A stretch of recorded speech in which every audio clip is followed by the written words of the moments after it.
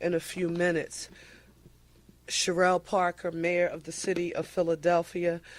We are going to give you an update on the investigation relative to the plane crash that occurred on Cottman Avenue in Northeast Philadelphia on Friday night, as we promised that we would. Some of the information that you are going to hear is repetitive. You've heard it before, but we are being very intentional during this time about making sure that we reinforce the facts, because there is so much misinformation about the issue on social media, and we want to make sure that all of those impacted benefit from the same facts that we as the City of Philadelphia have. First and foremost, this remains an ongoing investigation. The situation is fluid and it is active. Our Philadelphia Police Department, our Fire Department, Office of Emergency Management, first responders, along with our local, state, and federal partners, are continuing to work literally around the clock at the crash site. The National Transportation Safety Board, the NTSB, they have been with us and have been on site since Friday. However, I want to note for the record that their full team is active here, and that includes NTSB Chair Jennifer Homendy, and Ralph Hicks has been here with us on the ground. We want to say a huge thank you to each of them for their partnership and the work that they are doing. A deep gratitude as it relates to their participation.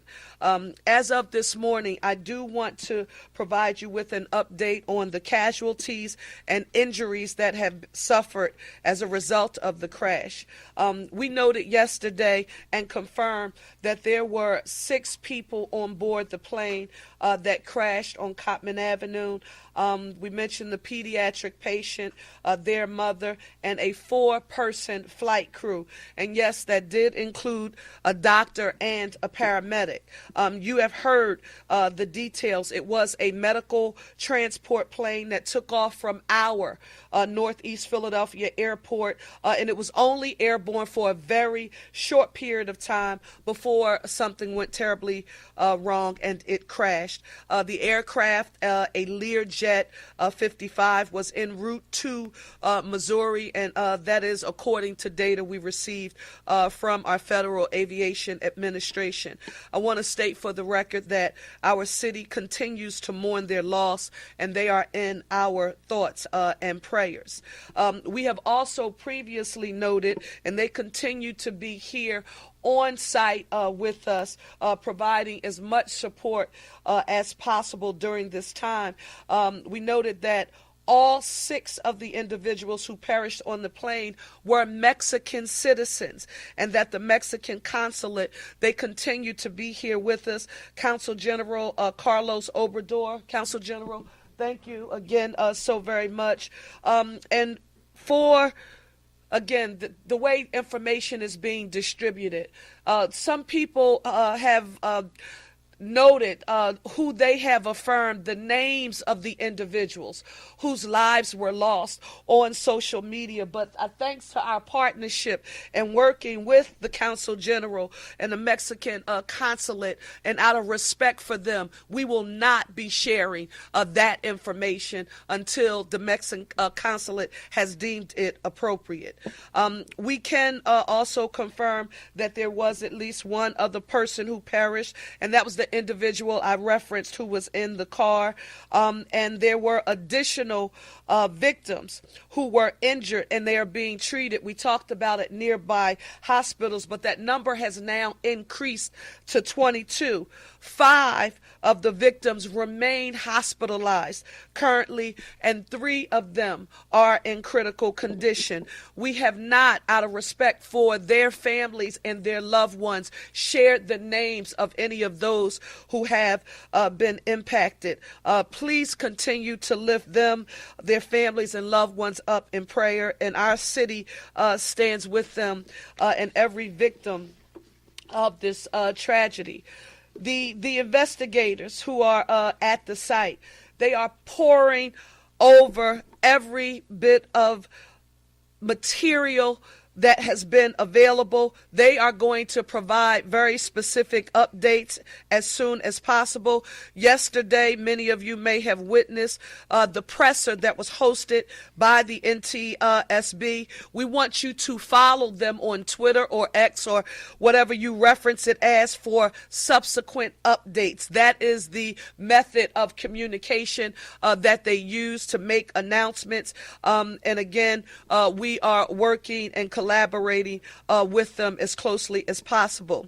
As it relates to utilities, PICO and PGW, along with SEPTA, I know Scott Sauer is here. Thank you, Scott. But Dominic Morales, our OEM director, he's going to give us an update on where we are with our utilities. As it relates to our schools, we have received a number of inquiries from parents about what will happen with our public schools tomorrow. Our school district has affirmed that there will be no school closures in the city of Philadelphia tomorrow. Students and staff will receive a note, and if there are any delays that are due to the incident, they will be excused, but there will be no school closures in the city of Philadelphia. And thus far, we have learned that no charter schools have been impacted by this issue. Local, state, and federal partners continue to work together.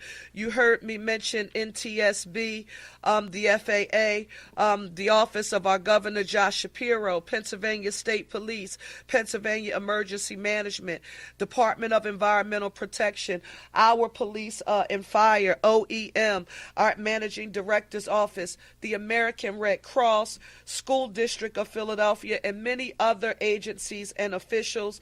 All of our federal officials, Senators Fetterman, McCormick, all of our congressional delegation, Evans, Boyle, and Scanlon, all of our state legislators who are present. I think Dylan is around here, along with Doherty, the state rep, council member Driscoll, and state senator Picozzi, and Commissioner Dealey. Everyone is standing up together in this crisis. Further information about a meeting. Someone said, when are you going to gather in person Philadelphians who need to get real-time updates and have their questions answered by departments across the city of Philadelphia? We are working on organizing a town hall meeting for Wednesday on February the 5th at 7 p.m. Just block the time on your calendar if you can. Wednesday, February the 5th at 7 p.m. The location is to be determined. As it relates to shelter, where will you turn? Special thank you to the School District of Philadelphia. Samuel Fells High School continues to be our shelter location, 5500 Langdon Street in Northeast Philadelphia.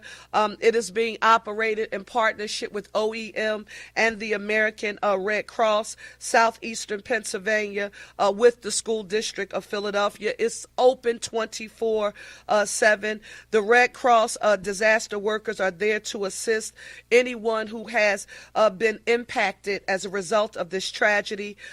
We've already been using the shelter, and we encourage anyone who needs to avail themselves to this service to take advantage of it. The telephone number that we have been encouraging people to use is 1-800-RED-CROSS. Again, that's 1-800-RED-CROSS. That is the number that you should dial for help. However, if you need access to any support that is other than shelter for now, we want you to be able to call 911, and you're going to hear from our police commissioner, Kevin Bethel, shortly. Mental health. This part is really important. If you need assistance, we have services available through the city's Department of Behavioral Health and Intellectual Disability Services. you can call the hotline. And now you don't even have to worry about the entire number. Just dial the hotline number, which is 988. Or you can visit them online at www.dbhids.org. Hotline number 988, or visit them online at www.dbhids.org. You are going to hear from Crystal Yates Gale from our Managing Director's office shortly on more specific information. Next question, still a lot of outreach regarding how can we help others who have been impacted by this tragedy. We want you to know that we are now working on ways so that your assistance can be provided in a structured and a protected manner that we know will get directly to the people who have been impacted. For now, we want to continue to ask people to not come to the site. We are working with 3 different entities now. Our hope is that by the time we have our town hall meeting on this coming Wednesday, we will have a formal structure that is, if not ready, close to being ready for you to be able to deposit supports for those who have been impacted. But for right now, we have to continue to ensure that the investigation and efforts that are currently underway at the crash site have to continue with no interruption. So we don't want anyone to drop off any food or anything else at that location. Road closures. Go online to Ready PHL to receive regular updates from our Office of Emergency Management. This includes information on road closures in the area and any other relevant information for the public. Finally, I want to say this. Please continue to be patient. Philadelphians have been checking on their neighbors. If there's someone in your family or on your block that you have not seen, please continue to check on them. We are now canvassing information. They're literally going door to door to provide information to residents who are directly in the immediate area who have been impacted. Thank you to our Office of Public Engagement for that support. I want to also remind you that we were criticized on Friday night for not putting more information out more quickly. I want you to know that we, the city of Philadelphia, and I as mayor have been very intentional about being as conservative and careful as we possibly can about making sure that we give you facts that are accurate and have been confirmed through the cross-sector collaboration that has been occurring since this started. We want to be accurate and truthful with the people of Philadelphia and our country, and we are not going to be, working very hard just to get something up on social media. That is not our role. We want to keep those who have perished or who were injured in our prayers, and we will continue to update the press and the public regularly. We want to thank you all. God bless Philadelphia. After me, you are going to hear from Managing Director Adam Teal, our Police Commissioner Kevin Bethel, OEM Director Morales, MDO Crystal Yates Gale, our Commerce Department Salim Wilson, State Rep Doherty, State Senator Picozzi, Mexican Consul General Carlos. Thank you, in that order. Thank you.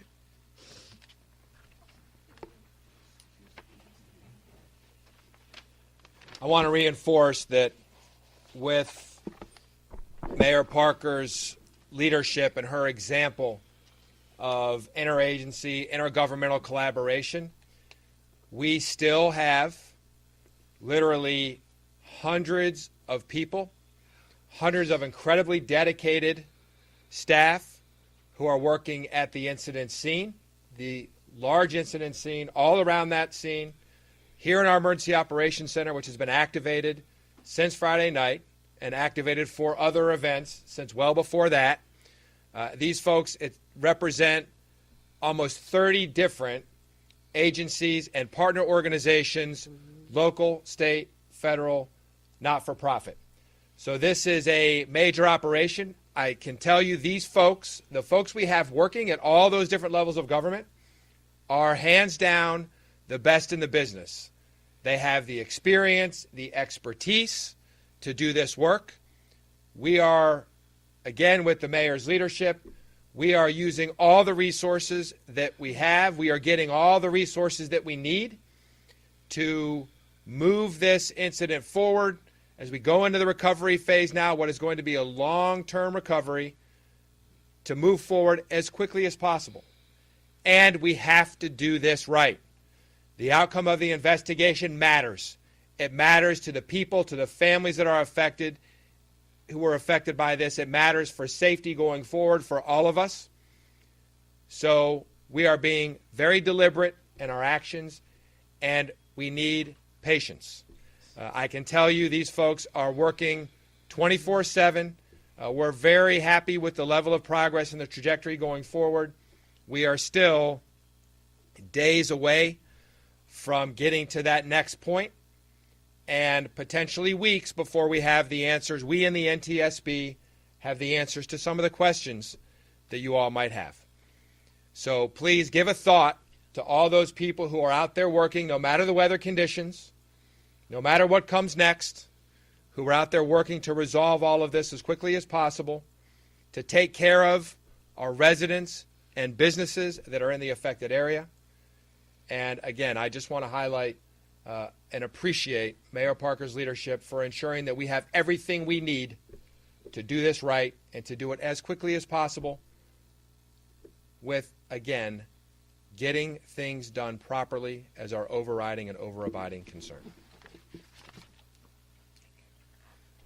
Before I begin, I do also want to echo the words of the managing director and just acknowledge the incredible leadership of our mayor. We are here because of that leadership. This is my first time the public, we arrived on location on Friday, but I do want to acknowledge Commissioner Thompson and his team.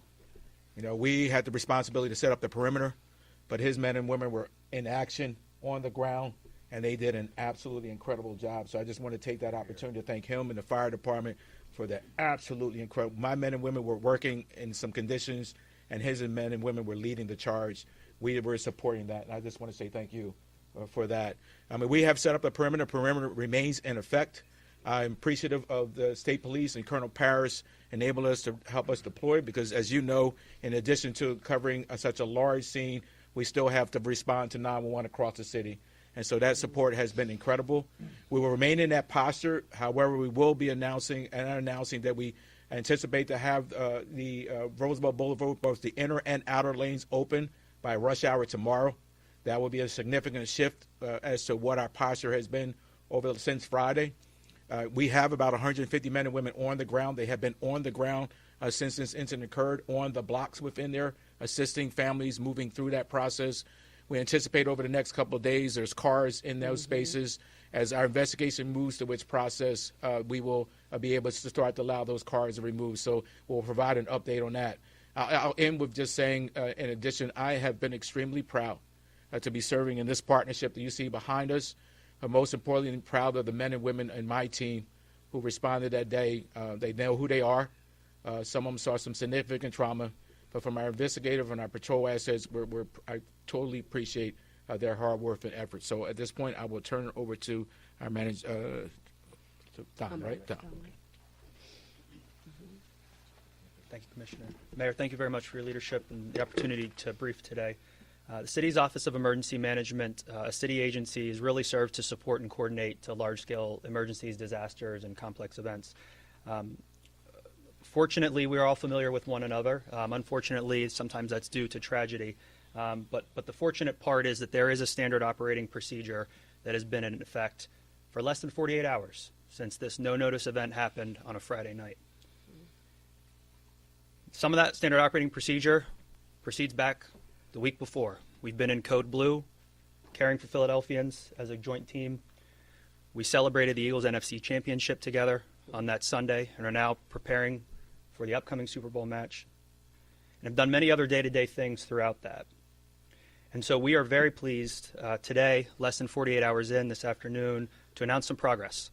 First and foremost, progress around the utilities.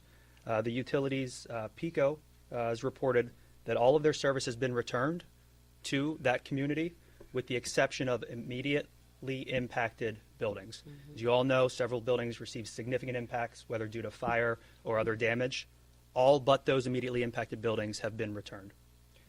PGW reports the same. All service has been returned to that community, with the exception of those immediately impacted buildings. Throughout this event, the Philadelphia Water Department did not experience any reported service disruption, and that remains the same today. And from the city street standpoint, the plan is to assess the full extent of damage once the investigation piece clears. What we already anticipate is that this will require some repair. It will require repair to lights, traffic signals, and to the roadway itself. This interagency piece, there are a lot of priorities, and sometimes when there are several priorities, you have to sort out which is the priority. And that hasn't been the case here. They have all been the priority from any perspective.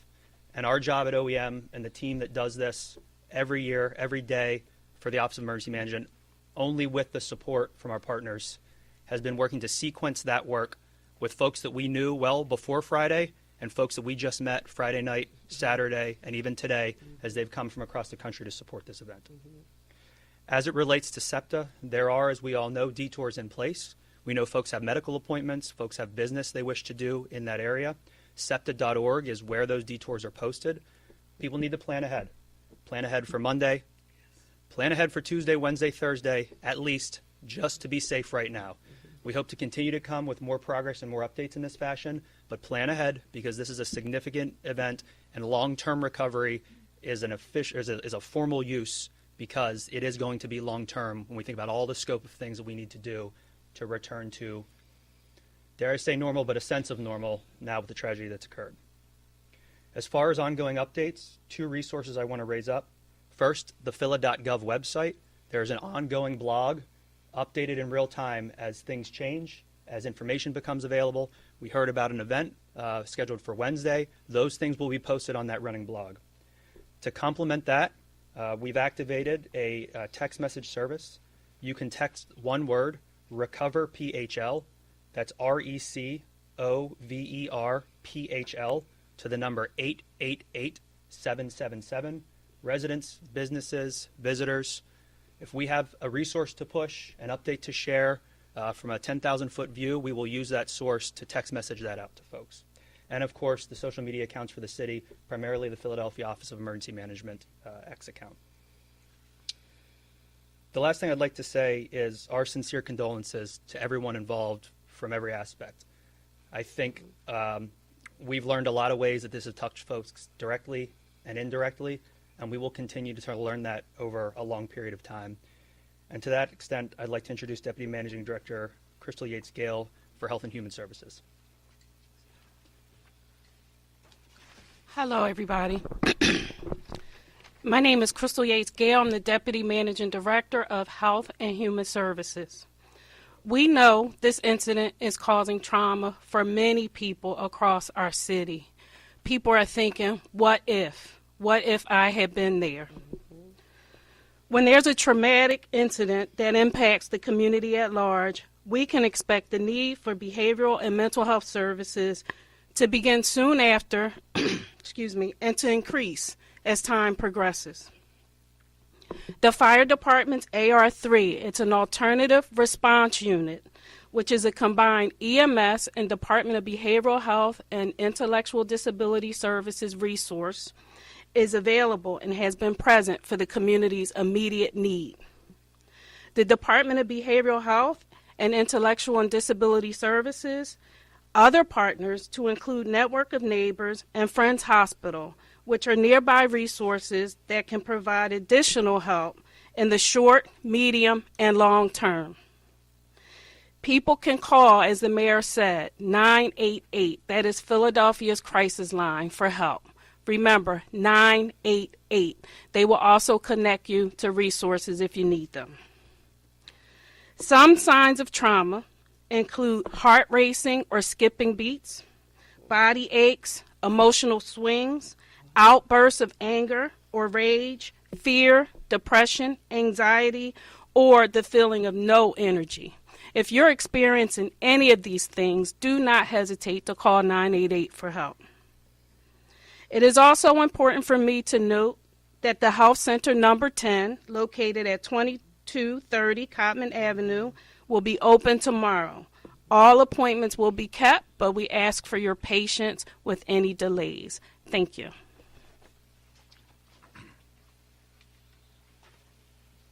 Good morning. My name is Salim Wilson, Deputy Director of the Commerce Department, representing the Mayor's Business Action Team. Yesterday, our representatives were deployed at Ground Zero to assess the damages of the businesses operating, who were able to operate, and we provided information on available resources through the Department of Commerce and those who experienced business disruption and physical damages. We recognize that many businesses in the immediate area remain closed due to the ongoing investigation. As soon as they are permitted to reopen, we will take a proactive, hands-on approach to ensure that every business affected receives the support that they need. We are mobilizing all available resources, including emergency relief programs and business navigators who will work closely with businesses and owners to address challenges, provide guidance, and facilitate problem resolution to aid in their recovery. We also work with our business development team to be on point and to connect with the larger chains in the area to make sure they also are receiving the support that they need. So if you or someone you know in business has been directly impacted, please have them reach out for assistance. They can reach the Department of Commerce at 215-683-2100 or business@phila.gov. Our representatives will be on point and ready to assist. Thank you.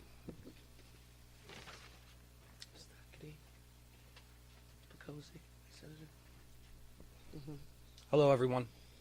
My name is Sean Doherty. I'm the state representative of the 172nd District of Northeast Philadelphia. My home, our home. First and foremost, our hearts and our prayers go out to all of those impacted by this tragedy in our neighborhood. I'd like to thank our Philadelphia Police Department, Fire Department, first responders, our PGW workers, our PICO workers. What happened is an absolute tragedy. But if there's two things that we are in Northeast Philadelphia, we're hard workers and we're fighters.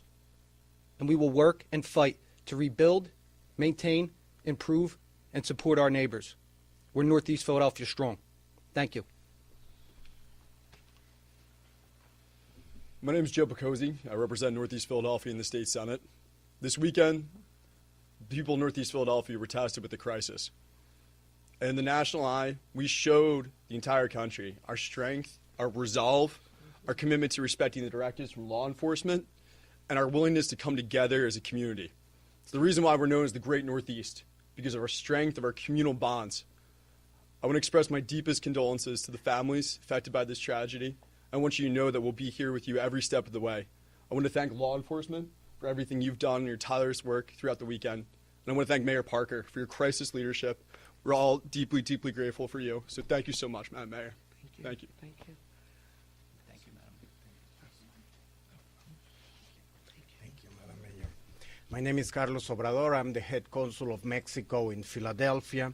And on behalf of the government of Mexico, we are very grateful for the timely response from the city officials and the state officials, first responders, and also very grateful for the great leadership of Mayor Parker and Governor Shapiro, as well as the city manager that we have been in contact very closely, as well as the director of Office of Emergency Management, the police and fire departments. Everyone is very much committed to solve this situation. And of course, we stand together with Philadelphia, with Pennsylvania, and we stand together with United States. Our condolences to all the persons and people that was affected. Thank you very much for your leadership, Madam Mayor. Thank you. We want to make sure that we take a few questions.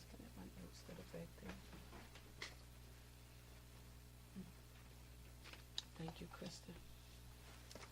Questions? Yes. Javier Vega with Telemundo Network. This is already a tragedy for the Hispanic community. I understand you don't want to share any names, but I just wanted to ask you if you can confirm if there are other Hispanics who are affected in terms of the wounded or the displaced, because as far as I understand, the neighborhood has a very big Latino population. We will not be disclosing any demographics about anyone who was impacted at this time, but we will make sure that we forward that information to you as soon as it is appropriate. But thank you so very much for the question, Anna. How many people were displaced? And at this time, do you have any missing persons?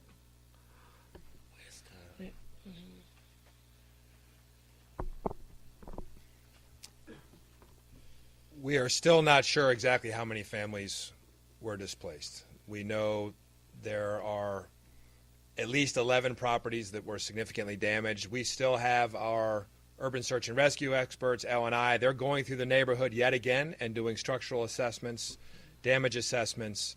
We do know at our shelter at Fells High School, we've had an average of 6 people there per night or less. So that's some indication of the need. We know that may not be the entire indication of the need.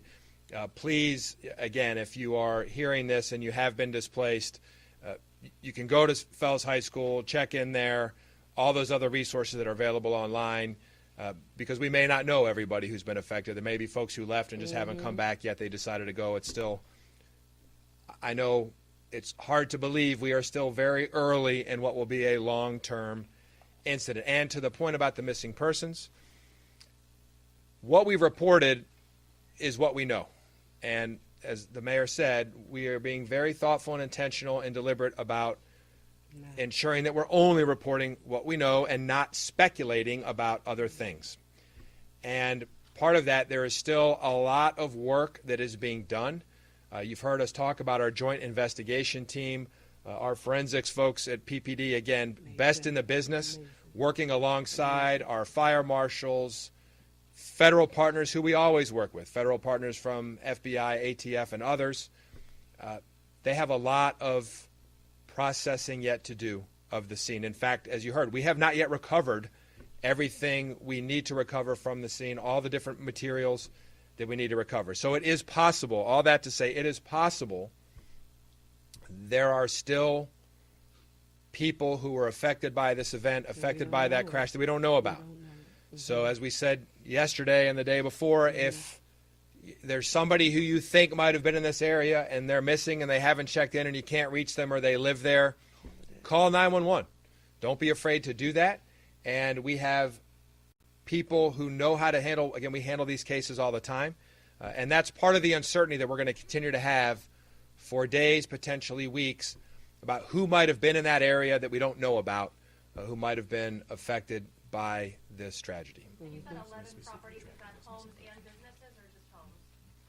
You said 11 properties, is that 11 homes or homes and businesses? Those are residential properties. There are multiple businesses that have been affected in various ways, so we're also assessing those as well. And I want to let the police commissioner talk about the missing persons process in a little bit more detail. Yeah, just very briefly, we are tracking that specifically. All reports coming in, but you also have to remind that when we do a missing person report, it's usually from your home of residence, and so there is some linking that needs to be done. But we are methodically going through any of that information to support us in this investigation. Thank you. Yes, Fox. Yeah, no, quick question. Just last week, the city was at an all-time high. All right. Yeah, the NFC championship victory.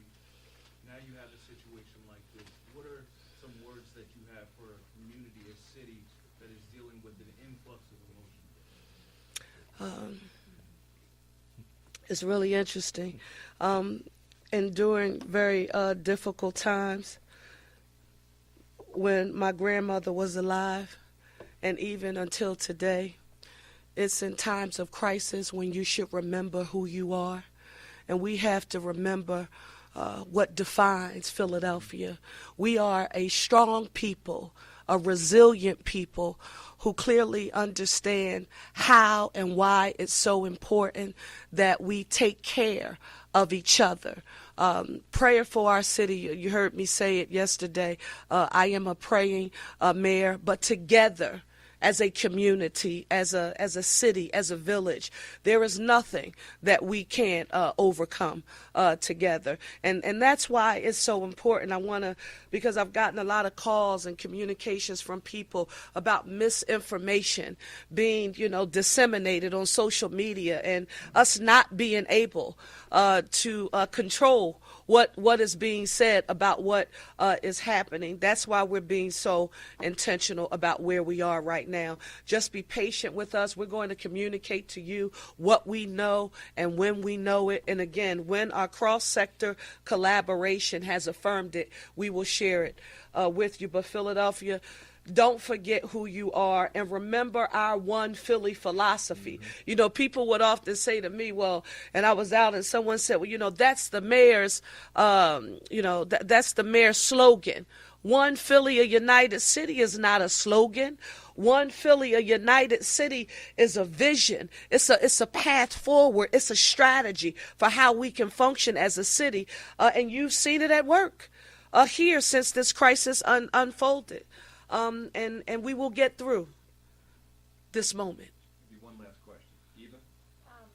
For the town hall on Wednesday, Yes. obviously you were talking about an opportunity to have some of those formal channels to offer Yes, support, yes. which people will likely want to take advantage of. Yes. What other questions are you anticipating, or what other kind of resources, services are you hoping to provide to community members on that day? Well, the great thing is that you heard Deputy Managing Director Crystal speak about the mental and behavioral health services and supports. That is extremely important.